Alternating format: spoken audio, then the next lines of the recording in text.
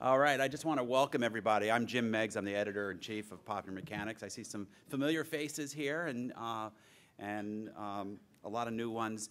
This is the biggest day of the year for us at Popular Mechanics and for so many people in Hearst in general. Our magazine is all about celebrating innovation, bringing people together, and because we're a very broad-based magazine, rather than focusing on one narrow element of science, we don't just do aerospace, we don't just do automotive, we don't just do energy.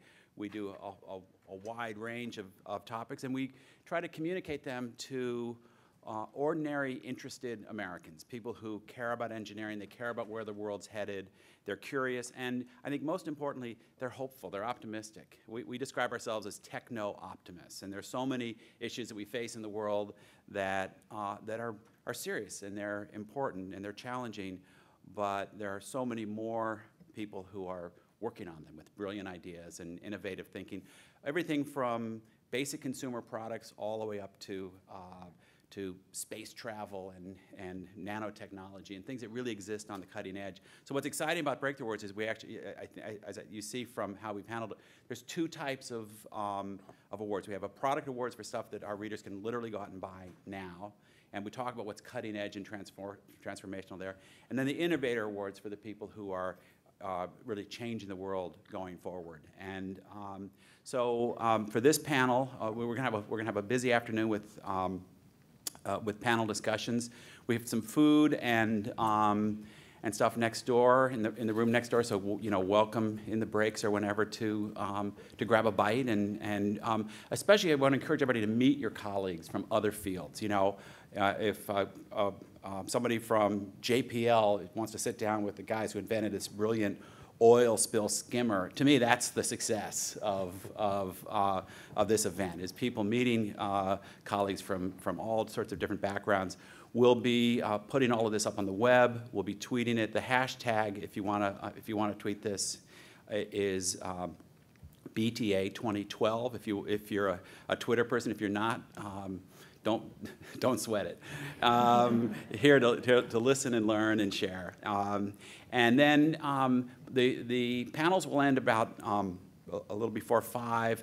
A lot of you who are we have a lot of journalists and bloggers and others here, but those of you who are winners, at that point, we'll be getting stuff set up in the lobby and starting to make sure that everything's working and everybody's ready to explain stuff. And the cocktail hour officially starts at 6. Typically, the press sometimes starts showing up a little bit early, so you want to be ready to talk about your work, and don't be surprised if somebody puts a TV camera in your face and asks you to explain what you're doing. And if you have any issues or any questions or problems, you've all met Sarah and Teresa and me and Glenn, and any of us are thrilled to if you need a place to stash a computer or whatever you need during the day, we're available. We have this floor. We also, if you need to use some space on the Popular Mechanics floor, just ask and we can make that happen. So then at 6 o'clock, the cocktail awards, the cocktails start. That goes for about an hour. Then at 7, we go into the theater. Those of us who are attending the evening event, which certainly includes all the winners, we go into the theater and the awards show starts. It's very it's brisk, but really inspiring, I think. I'm always kind of, Bernardo, you've been through it before. You know what it's like. It's really exciting and inspiring to see all this work from so many different fields. No speeches required there. We just come up and you get your awards. We'll take a couple of pictures, and then we'll step back out. And usually we keep the bar open, and there's a little more socializing after that, because after people have been in the theater and they've seen everything, then they want to come out and they want to come talk to you and ask you more questions. So to me, it's just a really exciting day and an exciting night. So to kick off the first panel, I want to introduce Joe Bargman. He's our special projects editor at Popular Mechanics and a real visionary in his own right. And so, Joe, I'm going to let you take it away. Yes. Thanks, Jim. Great. Like Jim said, I am the special projects editor of Popular Mechanics. This is really an honor for me, and I have to say that I've done pre-interviews with all the panelists. Jesse, I'm sorry I didn't get to say hi before you sat down. We have a very, and Jim used the word far-ranging, and I think that's what we have here in our first panel, which is very appropriate. The title of the panel is the innovation economy, and certainly we did talk a lot about the financial issues and those sort of things involved. I'm also interested in the personal stories, so I'm going to work a little bit on that. And I wanted to start with a plug for Catherine, who's seeking venture capital for her project. So anyone in the room with deep pockets, it's really, really incredible. So I actually do want to start with Bruce Goodwin. Bruce Goodwin is the Principal Associate Director for Weapons and Complex Integration at Lawrence Livermore National Laboratories. If he were in the military, he would have fruit salad on his chest like this. He's a very interesting guy. And Bruce, could you just say briefly, and then can you seg into the product development and additive manufacturing that we discussed before? Sure. So Sequoia is currently the world's fastest, biggest, meanest computer, 20 petaflops. That's 2 followed by 16 zeros, adds or subtracts per second. And what that enables us to do is to be able to take care of and ensure that the nuclear deterrent of the United States will never have to be tested. And we've succeeded.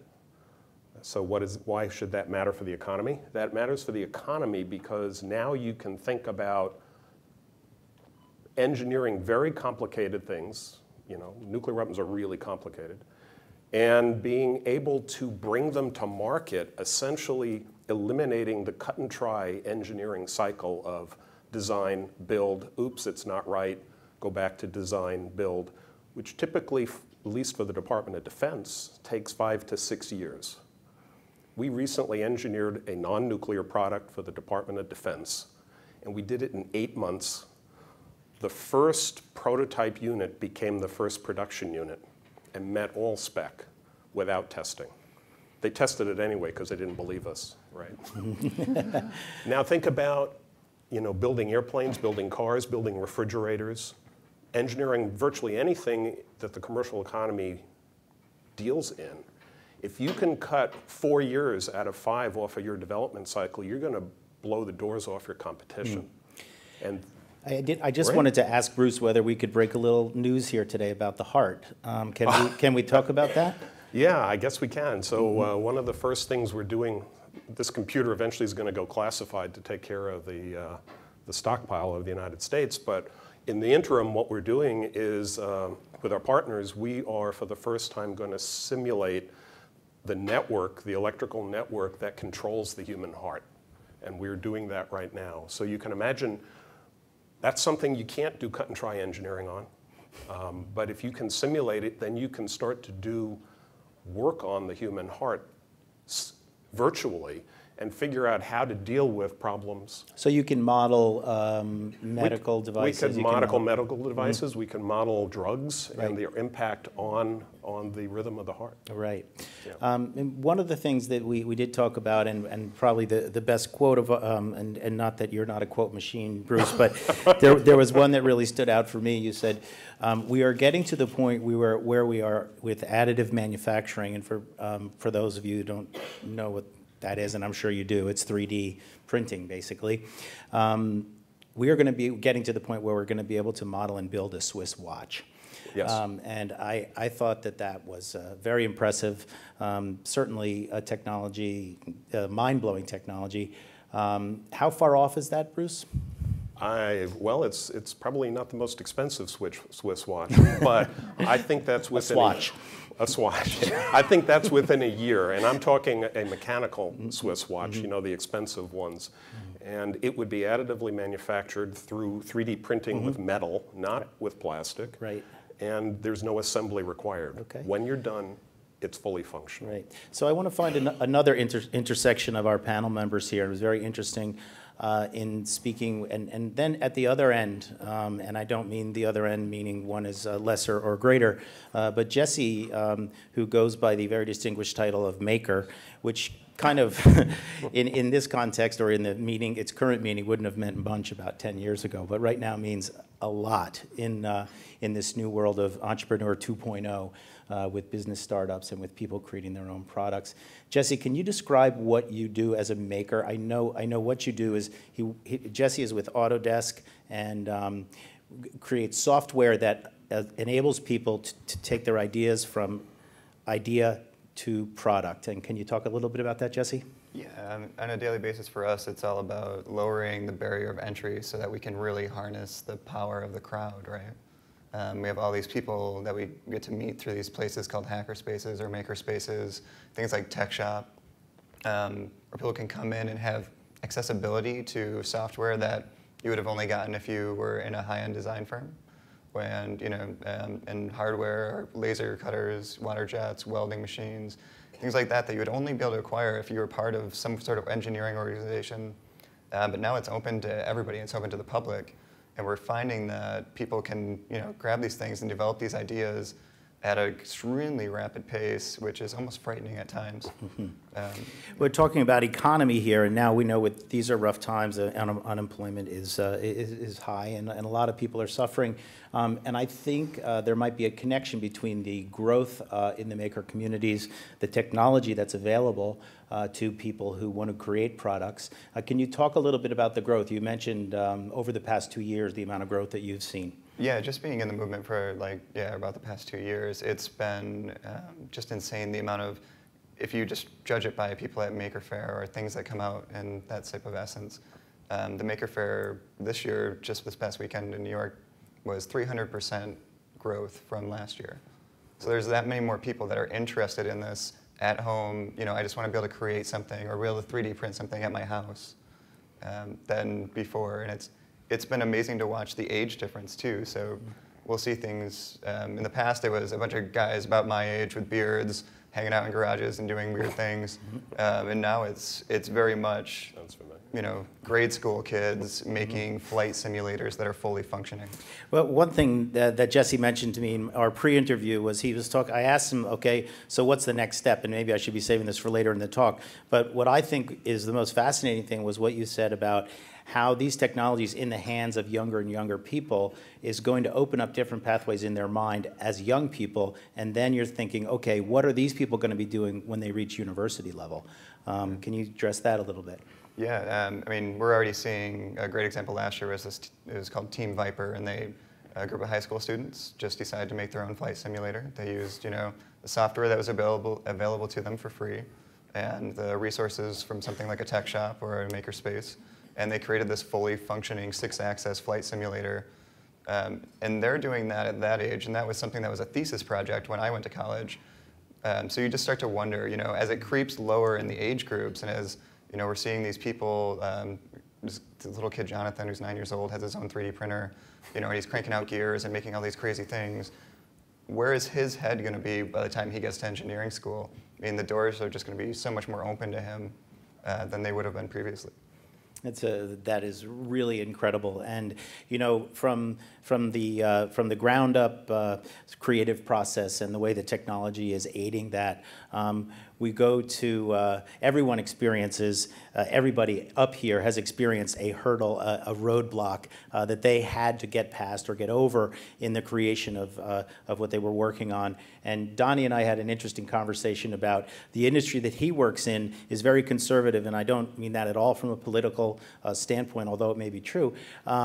It's conservative in that people are unwilling to accept change or new things. Is that correct, Donnie? Did I misinterpret? No, you're right. Right, and so, and the product you created was what? Just very briefly, he's a winner of the oil spill or oil cleanup X Prize. Pardon me for not knowing the proper name. Yeah, but it's Wendy Schmidt. Oil spill challenge. Yes, the Wendy Schmidt oil spill challenge. Wendy's name in there. She financed the project. That's great. Okay, so a maker walks into a shop. He says, "I'm going to join for $39 a month so I can get access to this great CNC machine or this laser printer or whatever." Donnie started with $1 million. Okay, don't hate him for that. He did something good with it. Tell us how it worked. Well, it was it was a idea based on the BP oil spill. The media attention was not very kind to our industry, and there was a lot of negative press on the lack of ability. And Wendy Smith, which is Eric Smith's wife of Google, put up the money for a challenge to build the world's largest, most efficient oil skimmer. First place was $1 million, second place $300,000, third $100,000. 350 applicants, 10 contestants that was chosen. We were lucky enough to be one, and ultimately we won, producing a skimmer. The goal was 2,500 gallons a minute at 70% efficiency, and we brought a unit in at 4,700 gallons a minute. 4670. Come on, 4670. Sorry. Please. So anyway, we doubled what was necessary.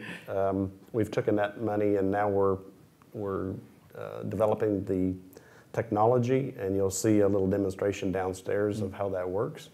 But we're producing new skimmers that will be used in the industry. I want to mention that this didn't come out of nowhere for Donnie and his company. In the Gulf, they were the most efficient cleanup crew there, or at least one of the largest. They deployed 250 people, 49 vessels, 12 aircraft, and cleaned up 300,000 barrels of oil, and that was by a burn method, which I found fascinating. This other method to me is more interesting, although the flames looked really good in the photographs. I have to say, thank you for that. So I'm gonna move on to Catherine now. Catherine Baumkamp is the creator of the pain-free socket. And if you want to talk about inspiration, here it is, sitting right in front of you. She has experienced, it is an emotional kind of thing. Catherine, can you just take us through it, what your experience was at Walter Reed, and how you came up with the idea? And do mention the fact that you were 16 when you first encountered this. Oh yes, my dad had a 20-year career in the Air Force, and his last duty station was the Pentagon, so my family was living outside of Washington, D.C. at the time, and I would go with him to Walter Reed Army Medical Center, which when it was open, it was the largest military medical center in the U.S., and just walking in, it was so overwhelming. You see so many young people missing arms, missing legs, and they weren't much older than me at the time, and so that really got me thinking. And I started talking with people and doing research, and I found that phantom pain affects about 80% of the world's 10 million amputees. There's no medication approved on the market for this pain. Most people are commonly prescribed antipsychotics and barbiturates, which are both expensive, and they also have a very high addiction rate. So for my 10th grade science fair project, I wanted to see if I could somehow eliminate this pain without the use of these drugs.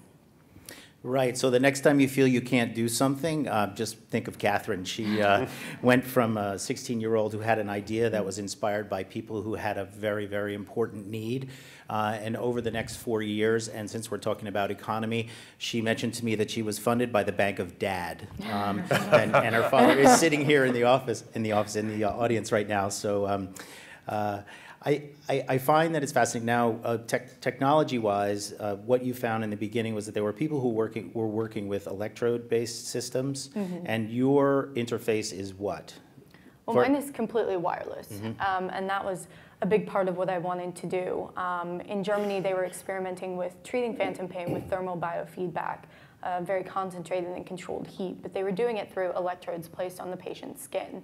So it was not a mobile environment. And the people I were coming into contact with were very high energy, motivated, mobile people. And I really wanted to incorporate this treatment into their everyday lives. And so I embedded the concept of thermal biofeedback into a double-layered prosthetic socket. And it's all wirelessly controlled. The person sets their own heat settings based on the amount of pain that they're experiencing. And we found that this is a great thing because a lot of people are feeling very powerless in their situation. They obviously didn't choose to become an amputee, and giving them this control really just affects their rehabilitation process. I just wanted to close a little bit of the narrative loop in there, in that Catherine started beating down doors after she did her her little 10th grade science project. After she did that, she started beating down doors for people to help her with the development of this project, and she found a home at The University of Maryland. I started working there in the electrical and computer engineering department when I was 16, and I went to a lot of people in the prosthetic industry. I called people from New York to California trying to find someone to help me, and it's very difficult, and a lot of people hung up on me. You don't know what you're talking about, you're 16.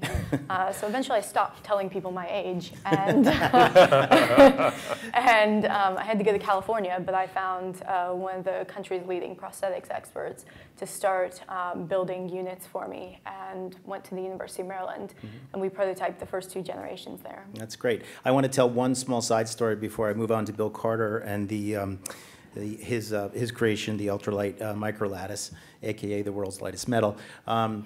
Catherine, you told me about meeting a soldier at Walter Reed who had lost a finger. Now, mostly we're envisioning, when we think amputee and we think phantom pain, we think about a half a leg, and that's very dramatic, and it's very stunning, and it's very profound.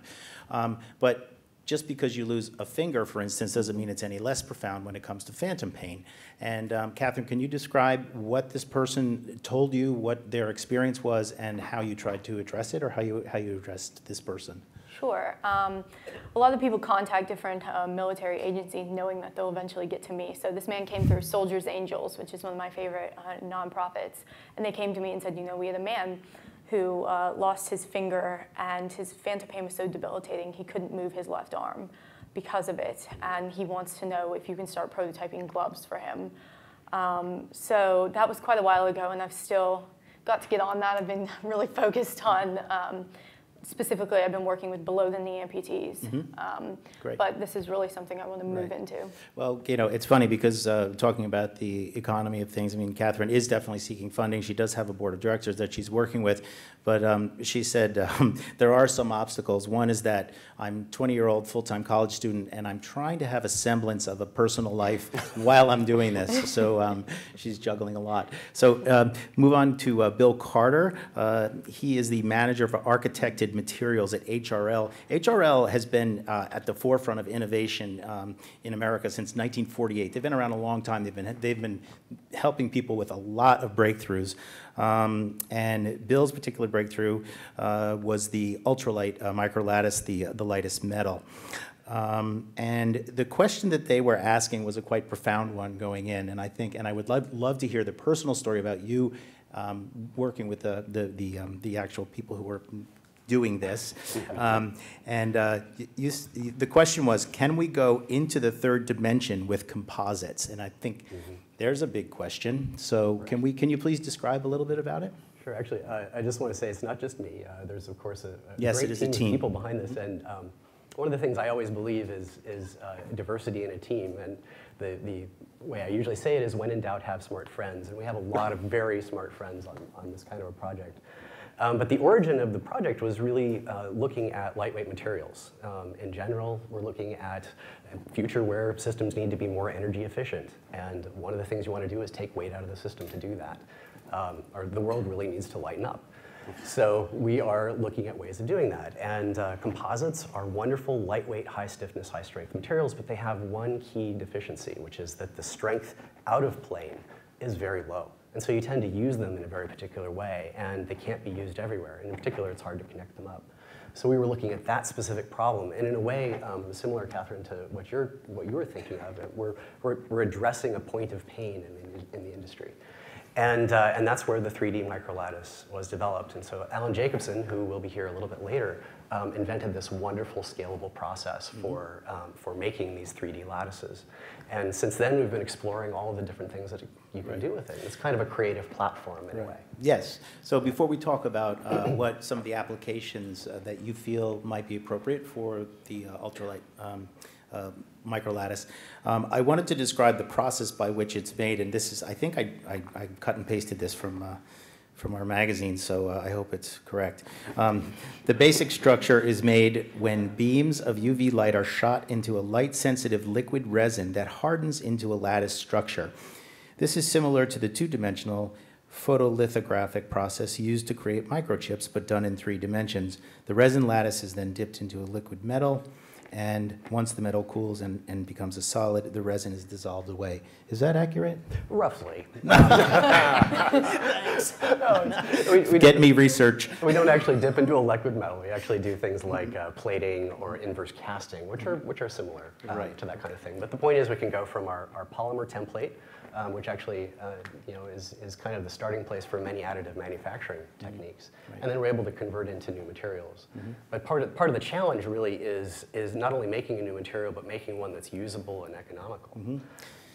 So I am fascinated by the additive manufacturing angle, and everyone on this panel has touched on it in some way in our pre-interviews. Donnie, you and I did not talk about additive manufacturing, but I think that it is of interest in all of these fields.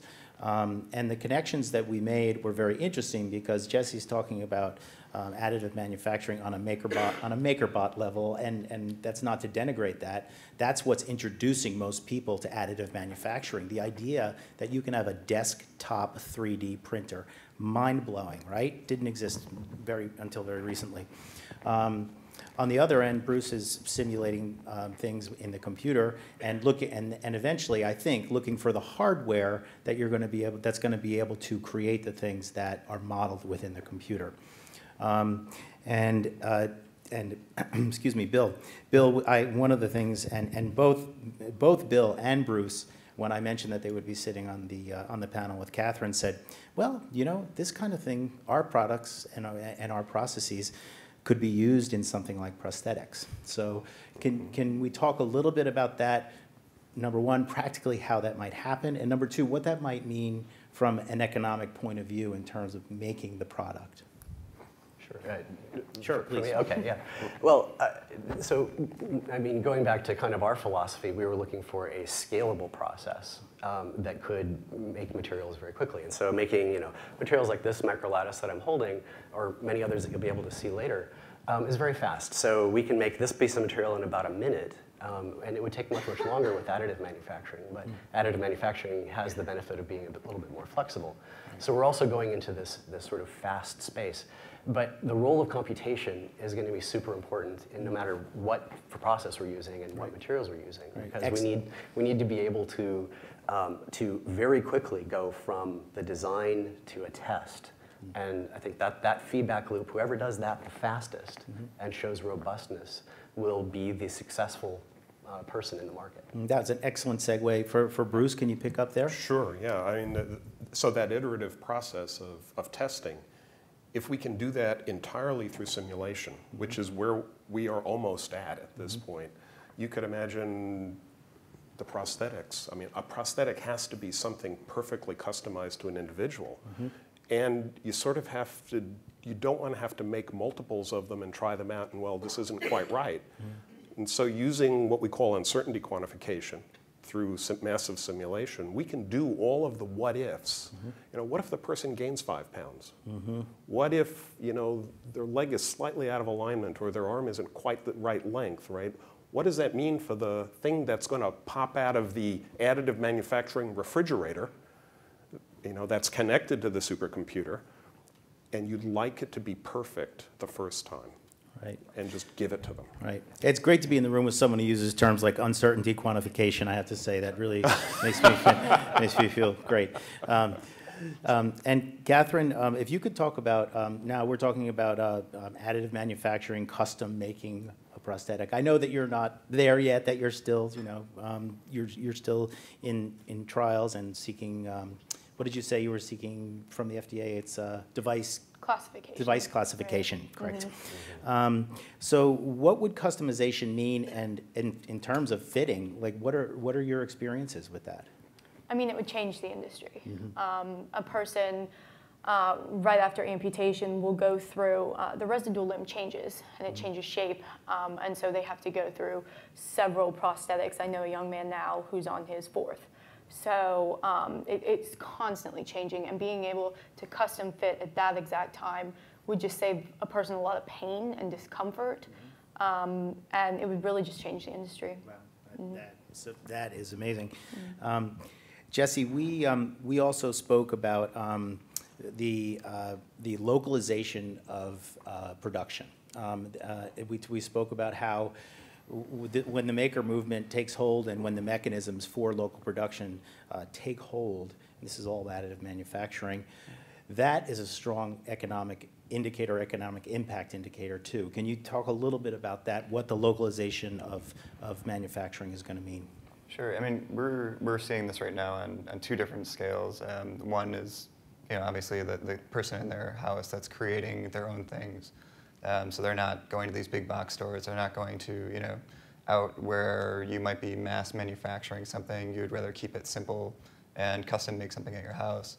But on another level, and kind of even a more important level, is the amount of entrepreneurship that we've seen launch from these spaces because of that access to, again, like the software and the hardware, to create things just for their user base. So we see things like there's this guy who made a personal headlamp, and it's called Wasabi. But because he has access to an injection molder, he can come in and custom make, his 800 parts. So on an economic level, there's no hindrance there. There's no having to send it overseas and pay the $20,000 to get a, machined out mold made. This guy pays $99 a month and a class fee, and then a little bit on his aluminum.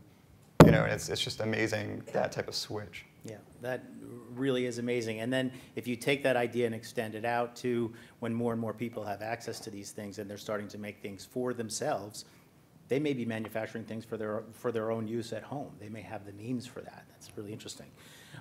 Donnie, in terms of the making and testing of your product, and especially let's talk about the oil skimmer, you have to go through something that's quite a bit larger scale than that. You go to the largest, I didn't even know this place existed, and I'm from New Jersey. Can you say where you, where you test and where it is? Our test facility, it's Leonardo, New Jersey. It's called OMSET. It's the world's largest oil spill test facility. It's a tank that's 600 feet long and 80 feet wide, and they can make waves and do all kinds of stuff. And me and you need to talk later, by the way, all this cool stuff that you're coming up with. Because, yeah, to take something from prototype stage to something you can really test is a big challenge, no matter what the industry is. So. Well, and you talk about the economy of it. Every time you test, tell me what that entails, the amount of money and exactly what you have to do. It's enormous. Well, in that facility, it's about $8,000 a day. Wow. And so you go in there with all your ducks in a row and try to get out as quickly as possible. And the ducks come out darker. And we got to keep the ducks clean too. It's a little bit of a challenge, but yeah, ducks, we got to keep that out of that sort of conversation. But anyway, yeah, it's very important to make sure those tests are well done because of the reluctance in the industry to change or accept new technologies. Yeah, I mean, a lot of people in the oil industry, you can, or other energy industry, it would seem that there is one goal. Of course, there's not, and it's a very overly simplified way to look at it. But Donnie and I talked about. I said, so Donnie, I said, you work in the oil industry. I said, but man, you're doing something so cool. I said, do you have this sense of stewardship, with the products that you're doing? And can you talk about that? Sure. Keeping the environment clean, we work all over the world. I've got visas from like 40 countries in my passport, so I get to go to a lot of places, Nigeria, Angola, where the pollution is extreme.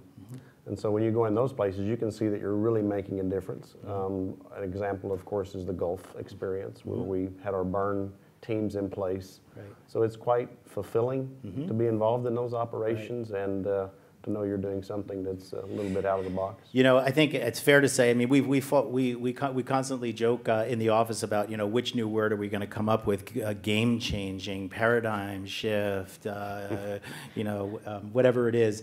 But it's safe to say that everyone here are doing things on different levels and on different scales that are going to have a positive impact on our future, and that's what the positive application of technology is all about. That's what Popular Mechanics is all about, and that's what these Breakthrough Awards are all about, and these people are awesome. So I'd like to have a hand for them. And then I don't know if we have time for questions. Do we? Okay, please. Any questions? Yes, Jerry Balinson, Deputy Editor, Popular Mechanics. So I was interested in, you were talking about this scenario of creating prosthetic devices that are customized for each person and an easier way to do that. We didn't really talk about the Autodesk products, but I was imagining if an operational or occupational therapist office just had a bunch of cameras and create a 3D, well, maybe you can describe what that's like. Yeah, and actually I was about to bring that up. There's a group of people from Chicago that are actually doing this, and it's college students, about your age. And what they're doing is they're going into these developing nations, and we have a product called 123D Catch. And what that is you're taking a series of photos of an object, and it's stitching together a 3D model for you. And from that, you can go from zero to prototype, usually within under 4 hours that we're finding out in our demos. To use that with our other ecosystem called 123D Make, which then takes that model and does it into sliceable cardboard pieces that you can go out and cut up and just glue together, so that you're able to crank through iterations very quickly. So as opposed to like additive where you're doing a large 3D print where it takes forever, this is very quickly additive using like a laser cutter, or even in the field they're using box knives and just printing it out and cutting it up. But yeah, it's ideal for that. I imagine an amputee who doesn't have to sit while it's being fit and molding. It's just like, oh, come in when you take photos for 5 minutes, come back tomorrow, and that'd be great. Anyone else with a question, please? Thank you, Jerry. Anyone else?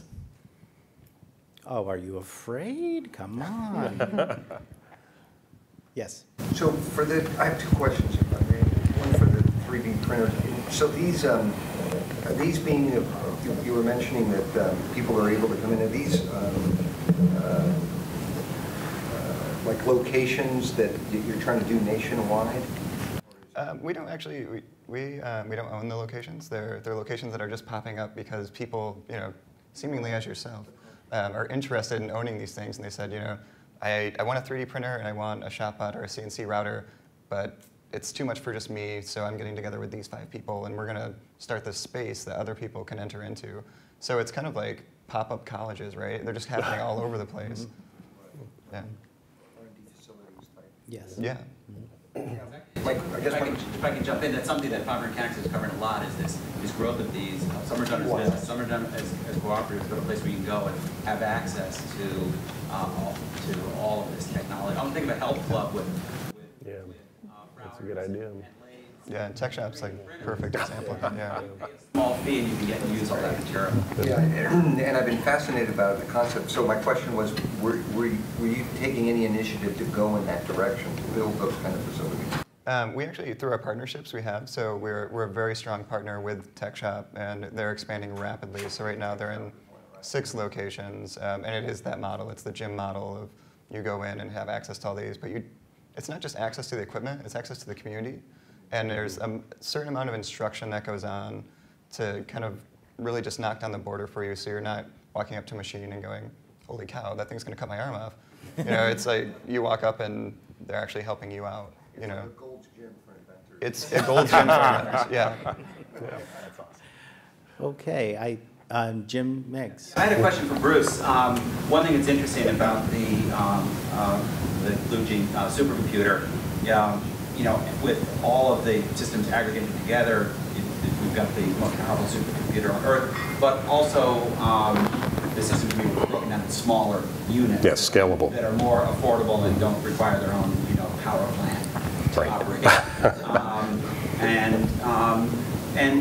A lot of what we're talking about is the intersection between stuff that happens at the very high end of research, and with the, and in your case, the most massive amount of computing power available on Earth. But also, how does it filter down in smaller units in ways that might be usable by smaller industries, right? That don't, that aren't modeling, nuclear explosions, but still have a lot of heavy big data computing.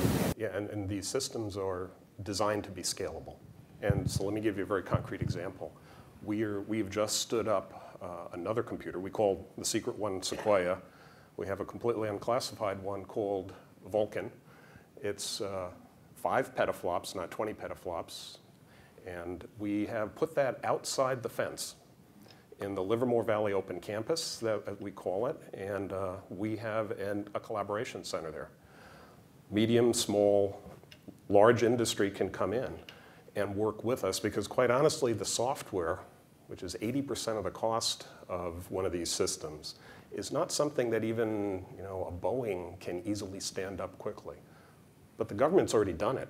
We've got it. Systems like Paradigm, which is the massively parallel structural dynamics code that we apply to nuclear weapons, well, we can apply it to cars, airplanes, or refrigerators too. And so we're working very hard to enable American industry and the American economy to get this advantage. Because quite honestly, if we don't do it right now, our competitors overseas are already going there. China has a roadmap to dominate computing and get to the next level, which is exascale, by the end of this decade. And so we're in a road race with them. And we got to keep running faster than everybody else and help our economy do it. I think we have time for one, possibly two more questions. Anyone else want to raise their hand and face the gauntlet of intellect on the stage here?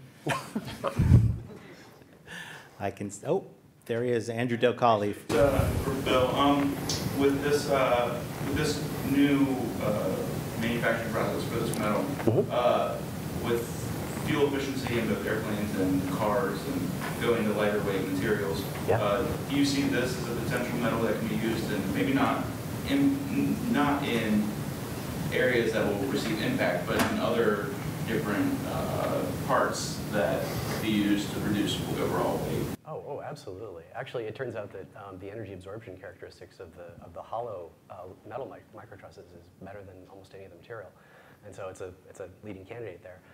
But this is a way of taking weight out without losing structure and function in many ways. So yes, absolutely. Interior components all the way through to multifunctional components, where you want to, say, have a heat exchange function or a heat rejection function and a structural function. And so you're taking, where you had two components going down to one. Absolutely. Okay, I think we've reached the end of the session here. Wow, that was fast and furious. And I appreciate everything that you all had to say, and I really feel like we've just scratched the surface. I think some of you might feel the same way, that we've got some really fascinating people in the room, some interesting subjects to address. So I hope that we all will continue the conversation as we leave the room and throughout the day into the evening. And thank you again for being here for the first panel of the Breakthrough Awards.